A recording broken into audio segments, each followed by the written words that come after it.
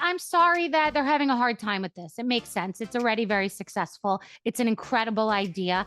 It's got buzz. It's interesting. I hope they feel better soon. Mention it all. Welcome back to Access Hollywood's Housewives Nightcap. We are back from our BravoCon couple of week hiatus because, man, that was a crazy time. BravoCon, I'm feeling here. we deserve this. I deserve this for you. Yes. Yeah, it's good. Yeah. Heather who?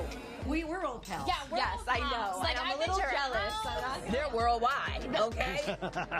Worldwide. Man, are we coming back with a bang. We are about to mention it all with Miss Bethenny Frankel. First things first, welcome to Housewives Nightcap. This is a big get because you are like our last housewife that we have never, a former housewife, current housewife that we've never had before. So this is big. This is big. Wow. Yeah. We just need to jump right in. Obviously, you are launching your new podcast, ReWives. People are already talking about it. The teaser episode is already climbing the charts. So tell us, what can we expect from this? Nothing that whatever your preconceived notion and expectation is of this, it's not that. It's very different. It's not run of the mill. It's not garden variety, but it's giving you everything that you want. You just didn't request, which I love about it. I mean, I listened to it. It's an interesting conversation, whether you've watched The Housewives or have never seen The Housewives. But it's just so much inside information that I didn't even realize that I have, just from my ability to break this genre down. And it's sort of how it started, because my fiance said, we want to hear the game broken down by Tom Brady. That's what we want. He said, you're the only one who can really do this in this way. And I didn't want to do it at first. And my publicist certainly didn't want me to do it at first. We didn't want to walk back into this world that I walked out of intentionally. But this is not walking back into it. This is having a conversation about a place that is embedded in my history and my trajectory in business and where I got my start. So as I said in my story yesterday, I don't have amnesia. I'm well aware of where I started, and you got to dance with the one who brung you. So I want to talk about it on my terms and the things that I find interesting and funny about it, because clickbait press is not necessarily what is the most interesting part about that experience. There's so many levels to Housewife. And as a fan of Housewives, that's what I love most about it. There's so many things. But Bethenny, why now? If you had so many hesitations about it, why now? Well, I didn't even know that I didn't know that rewatches existed, and I don't like to do anything in the same way that anyone's doing it. So the conversation started over a year ago. And then and why now though, is because I have 2 successful podcasts on iHeart. I have a slate now. I'm building a business there, like a big business there, and 4 and 5 coming right behind. So what was I going to do next? We were going to do something else, but iHeart was very, very excited about this, and we're very behind it. And I still wasn't sure I wanted to do it. So they're excited. It's a good idea. Doesn't mean I should do it. How could I do this differently in a way that I'll get excited about it and not feel like it's just a derivative other podcasts? There's so many podcasts. So just more people yammering on about the same stuff is not what's needed. So when I thought of the idea of talking to really interesting and successful business people, entertainers, media personalities, I thought, well, that's a different take. And talking to people who have watched and never watched, and having an intelligent, interesting, insightful, deep conversation about something that is not always insightful and deep. Right. So that's why it's very different. And also, the reason I left The Housewives is that everything I've said is true for me. I did not want to be there, and it has turned into something different than when I started, and it's been very successful.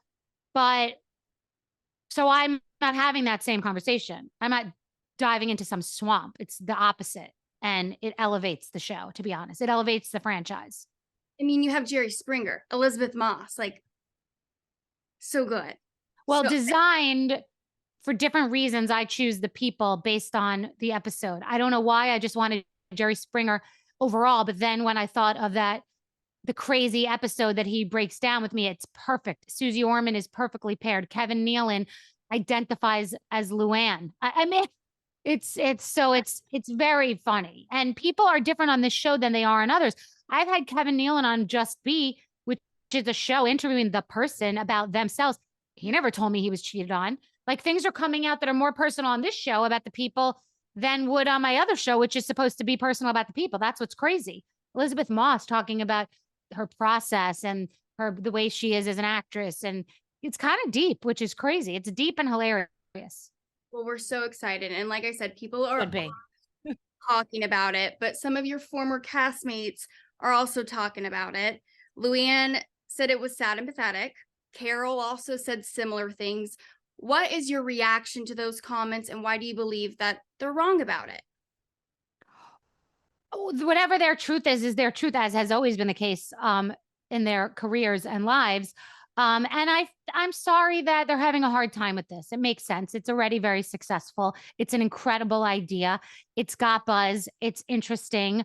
And I can't apologize for having great ideas and being successful. It's just, I've tried to do that for so many years. And part of the reason I left was having to feel self-conscious about my success and the great opportunities that I've had first, that other people have all, eventually been inspired by and then done themselves.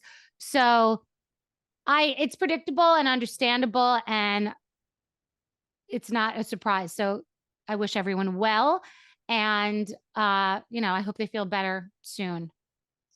On your Just Be podcast that you dropped yesterday, you were talking about how people want you back. Legacy is coming, and you know that you are welcome back. That is not like, Right. if you wanted to come back, you can come back.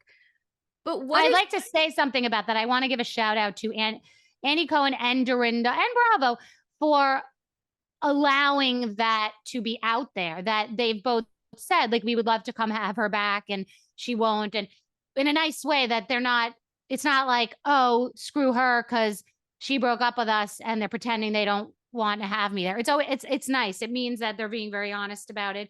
And I just think I don't know, there's something, I have a warm spot in my heart for that being out there as the truth. And yes, I have a welcome back.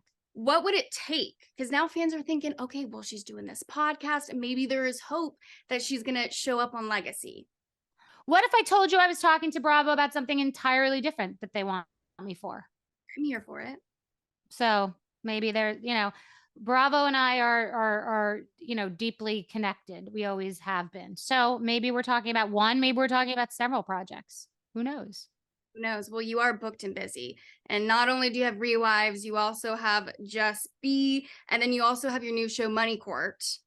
Money Court, so iHeart, the powers that be, called me, and we were all shocked at the advanced buzz and how high it was climbing on the charts before airing. So they pushed up the launch. And now CNBC, I got a very similar call with the powers that be at CNBC saying that they're pushing up the launch of Money Court. They love the show and they believe it's a big hit, and who knows what's coming in the future with CNBC too. It's a really great week, a lot of good surprises and a lot of demand. So it feels like the bee is back if I ever left, but the bee is back this week. That's I mean, hello, you've never left, because also TikTok, I've been loving the reviews on TikTok. So good. This is a shocker today. I'm actually a little surprised. Wow. What is like your biggest takeaway from that? Because people love, especially the drugstore deals. I'm like, so good. The more convoluted something that I do is, the more produced it is, the more money that someone has spent on it, the worse it does. The run and gun in pajamas looking like a complete train wreck, that's what people want from me. So the bar is low. You know what I mean? You could put me in a television show that costs $10 million to make with the biggest cameras and the best professionals and tell me we're preparing for 6 months and it will bomb. You put me right up and I'll tell you the truth about something. Somehow it's unexpectedly successful. So I was not preparing for any of that. I was just shooting the shit. And I was just sort of riffing. It was not supposed to be a thing. It's a joke. I don't know how to do my own makeup. I learned now, and it's liberating to now know I've learned everything I know about doing my own makeup is I learned on TikTok. That's a fact. And now you're a beauty influencer. Like, who add that to your resume. Now I'm a beauty influencer, which is hysterical. But yeah, that's good though. The world needed a non-expert beauty influencer who's just really saying how the hell are we going to get out of the house, on a Saturday night date night, or just to go for pickup without looking like a wreck? It's, you want to just know a couple of things about what to buy and what not to buy. And most of it's BS, and drugstore is absolutely at the level. Last question we got to ask, because you are looking back at the most iconic moments in housewife history. What is your most iconic moment? Looking back on RHONY, you're like, this is Bethenny Frankel's most iconic moment. I'm up here, you're down there. For sure. It's just, it's not, there are moments of table flips and leg throws and weave grabs and houses probably being burnt to the ground that are crazy. Well, houses actually being burned to the ground that are crazy. Actually, there is, I just said it and it actually did happen with Camille. But, the quiet moments can be really intense. That's the old school stuff that I know Andy likes, like that. How does a scene compete with the table flip? It doesn't, but somehow that scene, it's just the undertones, the quietness of it that people just remember. And it's not big with antics. It's just big with psychology. So good. I just missed the one-liners. The one-liners were so good from you. Oh, well, that you're getting on ReWives. So don't you worry about me. Oh yeah, don't worry. ReWives has the one-liners. Amazing. Mention it all. Mention it all.